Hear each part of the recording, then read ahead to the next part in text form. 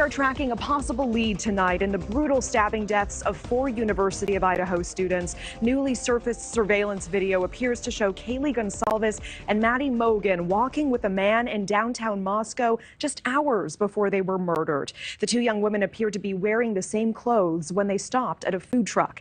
In this new video, they are heard talking about a man named Adam. Senior national correspondent Brian Enton live on the ground in Moscow with more on how this new video surfaced. Brian? Natasha, we know that police have had this surveillance video since a few days after the murders, but we are now just seeing it for the first time. And it is not just video, there is also audio. Surveillance video newly obtained by News Nation shows what appears to be Kaylee Goncalves and her best friend Maddie Mogen walking in downtown Moscow, Idaho just hours before they were murdered. You can hear their voices in the video. They're going to hear Maddie. For the first time, we are hearing the name Adam. The attorney representing the Goncalves family says they believe Adam is a bartender and that he is not a suspect at this time.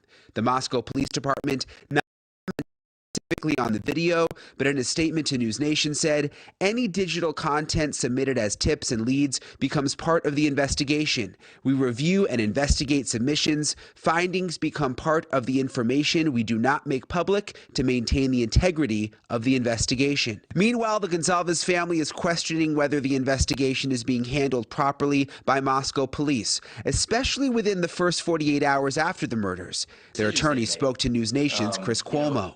From the get-go, we still get more and more information every day about mishaps or missteps that I think the investigation has made. You know, one of the questions we asked when we went in was, why not, within the first 24 to 48 hours, release some information about, we're looking for someone that may have missed work, that may have come in with, you know, injuries to their forearms or their hands, things like that. It's a small community. People that have taken a vacation immediately, things like that normal things that may be abnormal to people that live in the community, and getting that out.